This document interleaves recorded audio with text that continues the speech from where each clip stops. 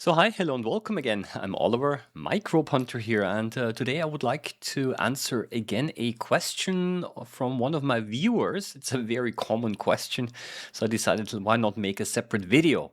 Here it is. As a newbie, but likes quality, what do you recommend for around 500 pounds, UK pounds, for a microscope?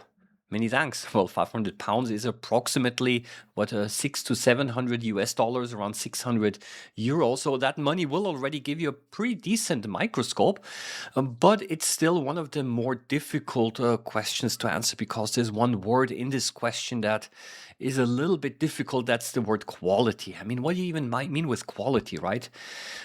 Because different people have different quality expectations. Number one, I mean, that would already be the easy one. But actually, quality can also mean different things, even if you just look at a microscope. Are you referring to image quality? Are you referring to mechanical quality? Are you referring to the ability to maintain the microscope, modularity and availability of parts, replacement parts? Is this what you mean with quality?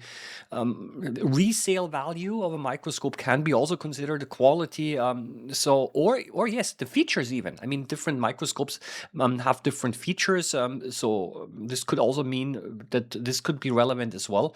So you see, it's almost impossible for me to unfortunately answer this question. And for this reason, I think it's still worth a deep dive because it's such a common question. And in brief, the first question that you should ask yourself is before buying a microscope, not about quality, but actually what do you even want to look at? So I'm kind of already going into the direction between compound microscopes and stereo microscopes. No, but many people who want to start that hobby probably have not even thought about that aspect either, right? So you see, in order to answer the quality question, we have to take it a step further, and then you actually even have to know what you even want, but you cannot know that if you're just starting out with a hobby. You see, that's a little bit like, I don't know, you're kind of going in a circle. It's like kind of like a dilemma, right? You actually don't know which questions to ask because you're just starting off. And at the same time, you have a budget, you want to start the hobby. And so, what are you going to do? So, my general short recommendation here is the following is because I cannot answer the question for you. My general recommendation is start cheap. Don't start with 500 pounds, but start with, let's say, 80 or 90 pounds, 100 US dollars, 100 euros, and this will already give you a so-called an introductory microscope.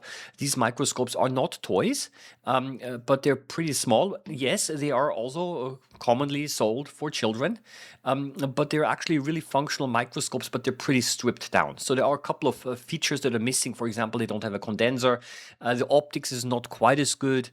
Usually there's only one eyepiece to look through and not binocular. So it's a pretty stripped down version. However, those microscopes are, I think, pretty good because they will already get you started into the area of hobby microscopy. And once you've experienced those microscopes, maybe after a couple of years, not years, maybe a couple of weeks or even months, you might want to probably consider maybe buying a better one, and then you already have a little bit of a better idea of what your expectations are. So this is my general recommendation. Now, how does reality look like under quotation marks? When you're, for example, visiting some web forums, and when people are having a discussion there about what are good microscopes and which microscope should you buy, then sometimes you can see that the opinions, there are two different camps. So the opinions diverge here. There are some people who say, well, essentially all of the modern microscopes in that price category, that is 500 euros and below, that's all trash. Yeah, that's all. Traditionally, microscopes were manufactured in Europe, also a lot in Germany. For example, there are a couple of big brand microscopes, Zeiss, Leica, Leitz. Yeah, also Japan, Olympus and Nikon, for example, right? And these microscopes are known to be of very high general optical and also mechanical quality. Those companies, however, do not produce microscopes in large scale anymore for hobbyists and for education, not anymore, right? So they are targeting more the research market.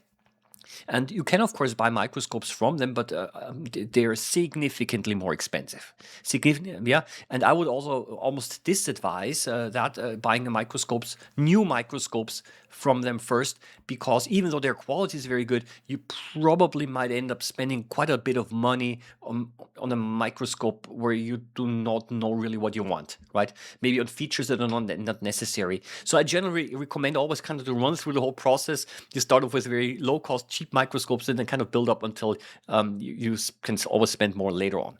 So that is kind of the other camp is a little bit you only those big established brands, or there are also people who are saying yes from those big established brands, but used ones, right? So basically from the 1980s and 1990s, you want to buy those used microscopes. You go into the used microscope market and you buy some microscopes from them, because this is the opinion, they're of much higher quality, and if they're properly maintained, you get more value than those low cost microscopes that you can buy these days, right? So these are kind of that's one extreme view. And then of course there's the other view who says, well, actually, as a beginner, if you start up trying to source your own used microscope, you don't really know what you're buying, and maybe it doesn't work either quite well, because it's been used, and maybe it's dirty, maybe the objectives are dirty, maybe they need to be cleaned, maybe the mechanics is already worn out as well because of decades of use, of heavy duty use. So maybe the quality isn't as good after all, because it's simply used, right? So that's another way of actually looking at it. So you see there are a lot of different opinions concerning what quality actually means. For that reason, yeah, I would say a lot depends not on the microscope itself, but on your own expectations. And maybe also it's a question of taste, really, right? And the best microscope is the one that you actually end up using most often. Yeah, by the way, I'm just adjusting this a little bit. Let's try to follow this guy over here. Let's see what is. Yeah, here. A flagellate. I found a flagellate. Isn't this beautiful, right? Yeah. So that's a flagellate. Maybe you can see the long whip-like extension that it's got here. Yeah. I'm just as I'm talking, I'm just showing you this water sample, just so that we can enjoy ourselves as well. Yeah, so that is basically the thing. And there is a term that I would like to now say a little bit, and I know it's also another controversial term, and that is that modern microscopes, which are, let's say, below 600, 700, 800 euros, very often, highly controversial term, say that they're disposable. Wow. What does this even mean, disposable? Well, from a certain up to price category, it's probably not worth fixing a microscope if there is something broken.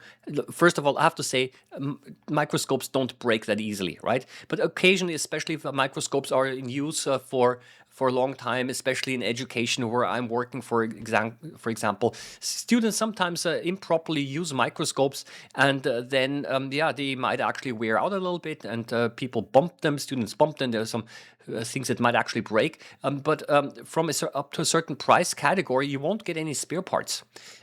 So essentially, you can try to fix it yourself to the best of your abilities, but ultimately, it's not easily possible to upgrade them or to repair them. Those traditional microscopes, for example, I give you an example, an Olympus microscope that I once got, a used Olympus microscope. I got it free, and why did I get it free? Because it was not usable anymore, because the focusing knobs, they wouldn't turn, because they have solidified the oil. Over years of use, the lubrication oil starts to become solid. Yeah, so you cannot turn it anymore. You should not force turn it either, because then you're actually breaking the gearing.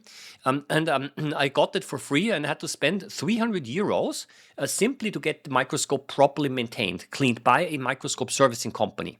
I tried to do this myself, to actually take it apart. It was so complicated that I said, no, I'm not going to spend the time doing that. I did not have the proper tools either, right? So I contacted a servicing company, and within a few days, I got it back completely cleaned and new, as good as new, right? But for 300 euros, I could have bought myself a new microscope as well, right? So you see what I mean? It's a question of how much are you willing to spend. But because I kind of like this microscope a lot, I found it as a pity not to have it serviced. Yeah, and then of course later on I upgraded it to phase contrast and ended up spending more money on a used microscope than, yeah, I think around 600 euros on a used microscope to get it upgraded. It cost me, even though I got the microscope for free, I ended up paying 600 euros simply to get it working to the condition that I wanted, because I also added some additional optics and so on, right? So was it justified? Well, it's a question of personal taste, right? That's simply something I wanted to do. Now, having said that, if I know this, all of this might be very nice, but it doesn't really help you.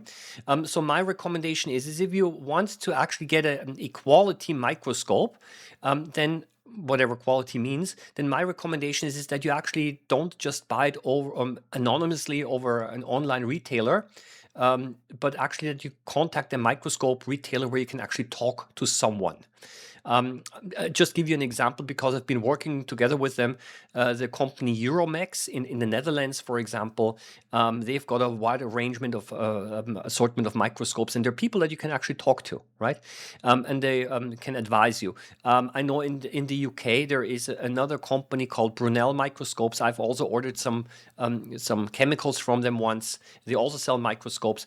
I'm not working with them together. Okay, I'm not affiliated with Brunel, but I've got basically, I've bought stuff from them, and I know that they also sell stuff, and it is possible to be in email contact with them, right?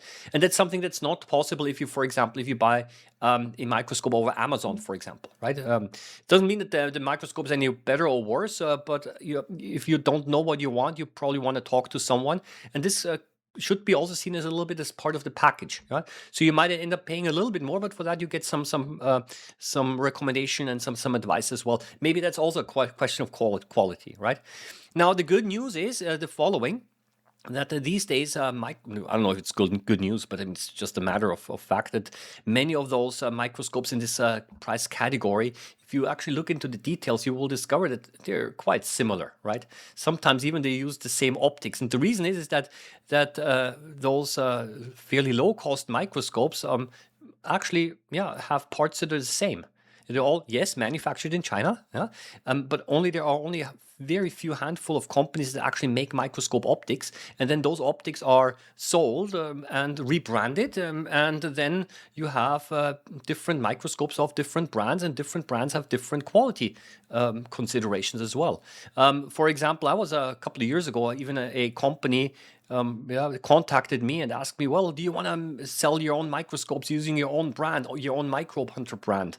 So basically it would have been like this, that they would have sent me the microscopes, slapped my logo on it, and then I could have, I don't know, had my own Microbehunter microscope to be sold. I declined that because it says, no, I'm more into the content creation and education and not so much into microscope, not so much microscope hardware selling.